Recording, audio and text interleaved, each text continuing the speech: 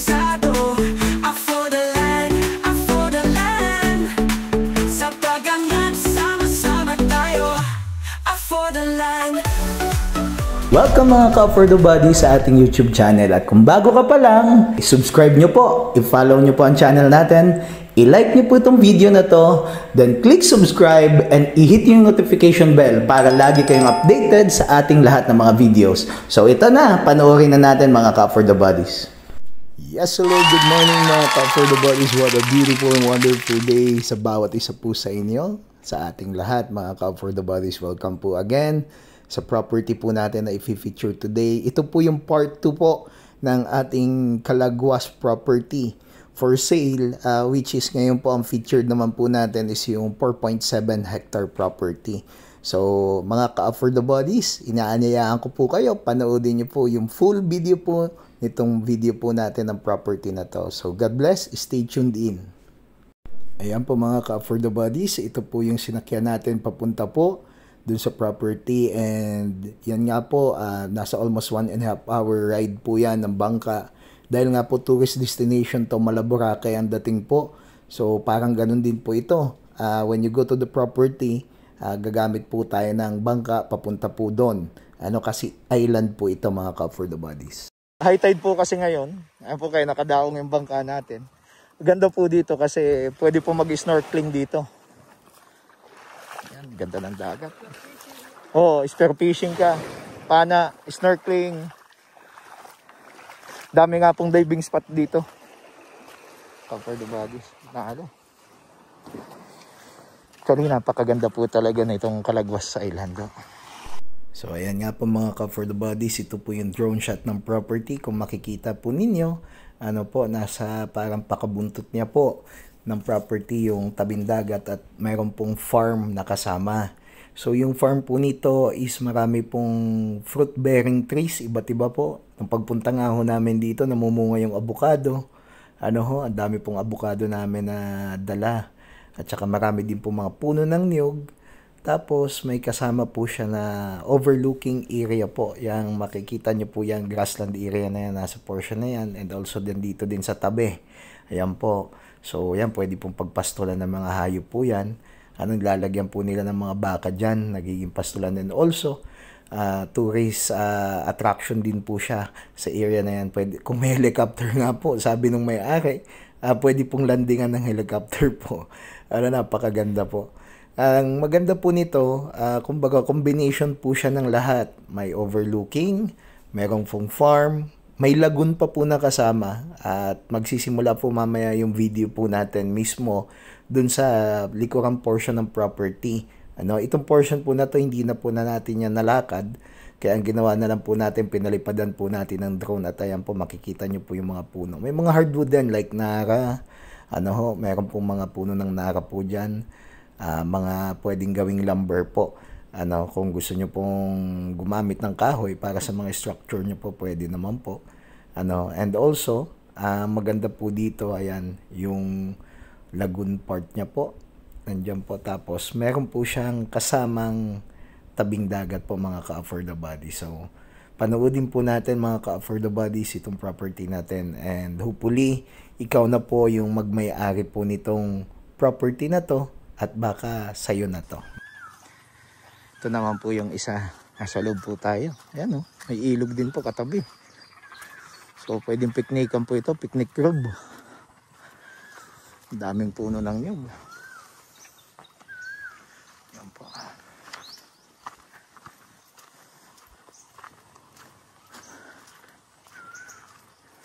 Ganda.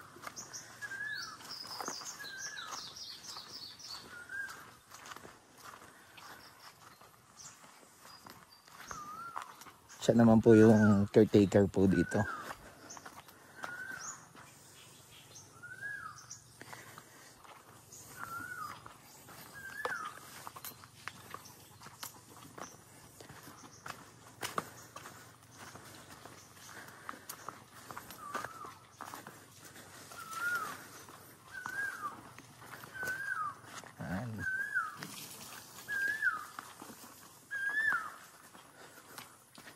Gandang hapon po.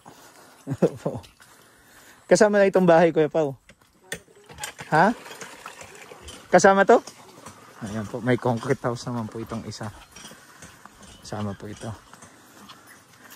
Bali yung caretaker po dito nakatira.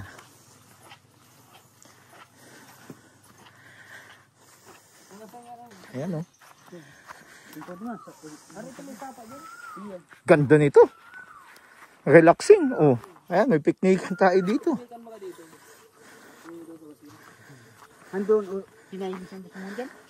Ayan dyan? Yan ang ano kayo dyan? Oo, yan ang sagbo na kaya. Kaya ini tubig na yun, hindi Sa Indo pa ini. Oo. Oo. Kaya nandun ang muno kaya na. Yung garong lawa. Nasaan yung muhon? Nandun. Nandito pa ba? Sa kuran lang. Oh, yan oh, yan dulo. Oo. Kaya kasama nitong isang property yung tabi mo, ang ganda, dami nyug. May nasa ilang puno ng nyug po ito? May mga mangga. Oh, ayan oh. May abukado, may bunga din. Madami kayong abukado, tatay. Ito po caretaker po natin si Kuya. Oo. Kama na po yung bahay na yan. Ayan. Nadara kang abukado, ano? Dito? Agugwa. Mamagit ng pagsungkit, uto kayo. So, kahit mara dito. Sa tubig po ay may source po sila ng tubig dito.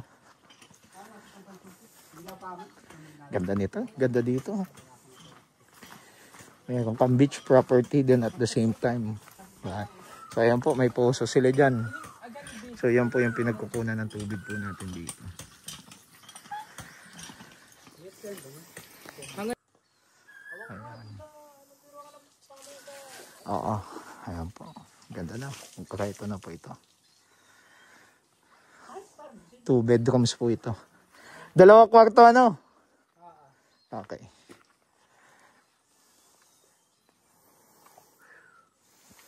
Ito po yung source of water nila dito.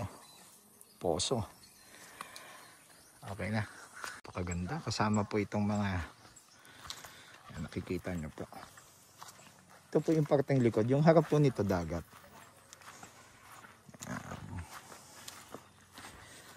Lakad po tayo. Ang bababa ng nyug oh. Oo. Hindi, kahit pansarili mo na lang, wag mo nang kuprain eh. Oo. Oo. Malaki ang kita nito. Oo. Tsaka mataas ang ano ng buko dito, ng nyug. Kasi, ano siya? Ang tawag dito.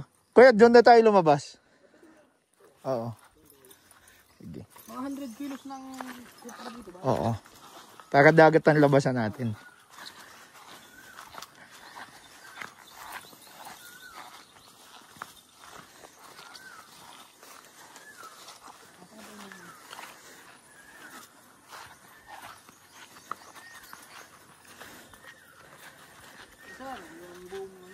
Oo.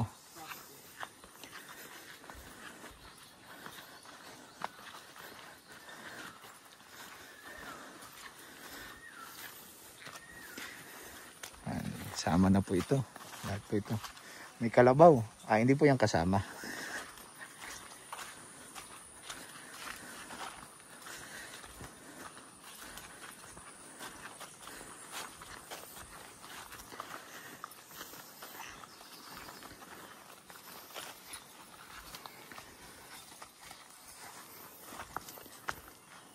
Palabas po tayo. So yung mga tao dito naglalakad, nagmumotor lang po. Kasi ang pinaka main way of transportation dito, bangka po talaga. Dahil ito po ay tourist destination area po itong Calaguas. At oo, madami dito. Ito maganda, mayroon ng ilog na kasama. Oo. Oo.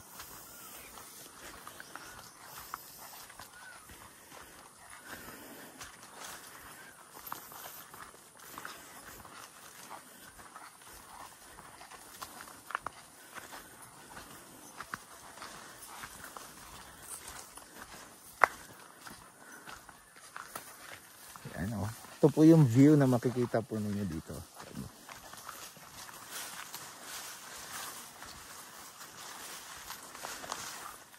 Daming puno nito, ano? Oo. Oo, lahat nandyan na. May dagat, may puno, ilog. Lahat. Wala ka nang hahanapin pa. Oo. Oo.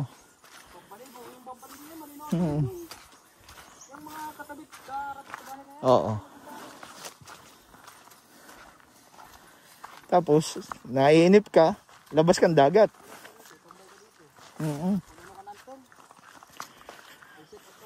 Oo. Oo nga. May cottage pa dun, oh. Yan na po, dagat na. Ganda, oh. Ganda ng view.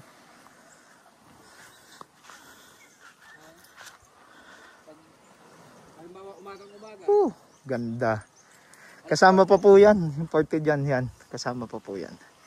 So, hindi na po natin akyatin yan, pero idodraw na lang po natin. So, pasture land po yan. Kung may mga kambing ka, yan, maganda dyan. Oo. Kambing, kalabaw. Pero kambing, mas mabilis dumami eh. Ito naman po yung frontage dito ng dagat po nito. Ayan.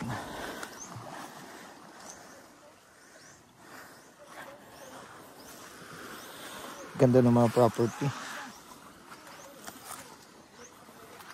Tapos white sand po talaga dito, mga ka-for the bodies. Kasama po yan. Yun, kasama yun. Ganda. Maganda po dito. Marami na po nakabili dito sa Calagwas, mga kilalang tao. So imagine, mapapabilang ka dun sa isa sa mga may-ari ng property na magaganda. Only at Calagwas Island. Ganda.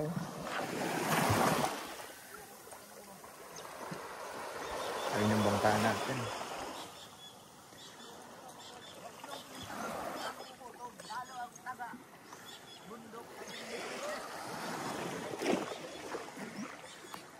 So ayan mga ka-for the bodies, pabalik na po tayo ng bangka.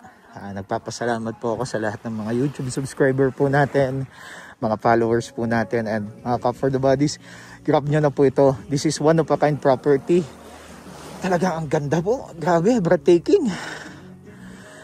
Out of 10. 10 po talaga, ang ganda po talaga.